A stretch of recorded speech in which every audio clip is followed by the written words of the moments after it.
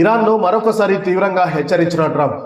America అధ్యక్షుడు Donald Trump, Israel ప్రధాని Netanyahu మధ్య వైట్ హౌస్ లో కీలక భేటీ జరిగింది. ఈ సమావేశం చాలా సానుకూల వాతావరణం జరిగిందని ట్రంప్ వెల్లడించారు. రెండు దేశాల మధ్య ఉన్న బలమైన సంబంధాలు మరింత బలపడుతున్నాయని ఆయన పేర్కొన్నారు. అయితే ఎలాంటి తుది నిర్ణయాలు తీసుకోలేదని స్పష్టం చేశారు. ముఖ్యంగా ఇరాన్ అంశంపై చర్చలు కొనసాగించాలని తాను నెతన్యాహును కోరినట్టు ట్రంప్ తెలిపారు. ట్రంప్ తన సోషల్ మీడియా వేదికగా కొన్ని విషయాలను వెల్లడించారు.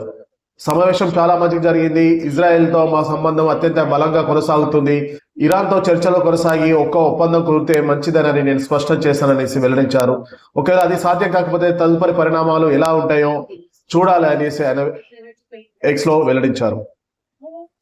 ఇక గతంలో ఇరాన్తో ఒప్పందం కుదరని సందర్భాన్ని ప్రస్తావిస్తూ ట్రంప్ మాట్లాడుతూ, గతంలో కూడా ఇరాన్ ఒప్పందాన్ని తిరస్కరించింది.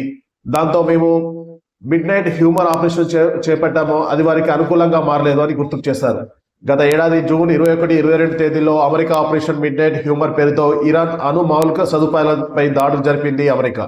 చర్చల ద్వారానే సమస్యలకు పరిష్కారం అని ఫోర్ట్ నతాంజ్, ఇన్ఫోసిస్ ప్రాంతాల్లో కీలక అణు కేంద్రాలను లక్ష్యంగా చేసుకుని దాడులు నిర్వహించింది అమెరికా. దీనిపై ఇరాన్ తీవ్రంగా స్పందించి ఇది అంతర్జాతీయ చట్టాలకు విరుద్ధమని, ఐక్యరాజ్య సమితి చార్టర్డ్ ఉల్లంఘనని ఆరోపించింది. ఈసారి అయితే ఇరాన్ మరింత బాధ్యతాయుతంగా వ్యవహరించాలని ట్రంప్ ఆశాభావం వ్యక్తం చేశారు. చర్చల ద్వారానే సమస్యలకు పరిష్కారం సాధ్యమని ఆయన అభిప్రాయపడ్డారు.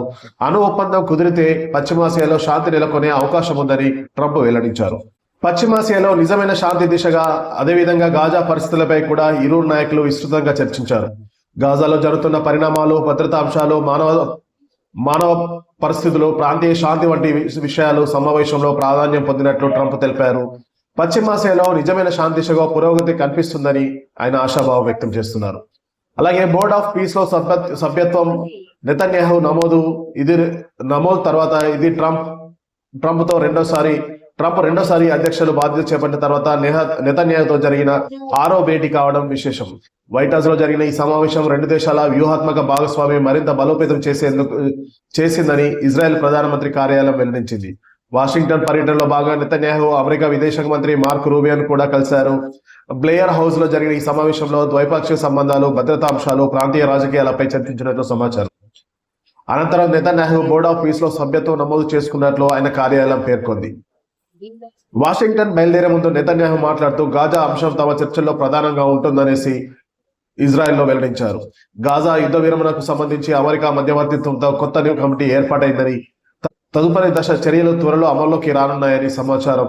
మొత్తంగా ట్రంప్ నెతన్యాహు భేటీ ఇరాన్ అణుచర్చలు, గాజా సంక్షోభం, మధ్యప్రాచ్య శాంతి అంశాలపై కీలక దిశానిర్దేశం చేసినట్లు కనిపిస్తుంది. చర్చల ద్వారానే సమస్యలకు పరిష్కారం సాధ్యమని ట్రంప్ పునరుద్ఘాటించడం విశేషం.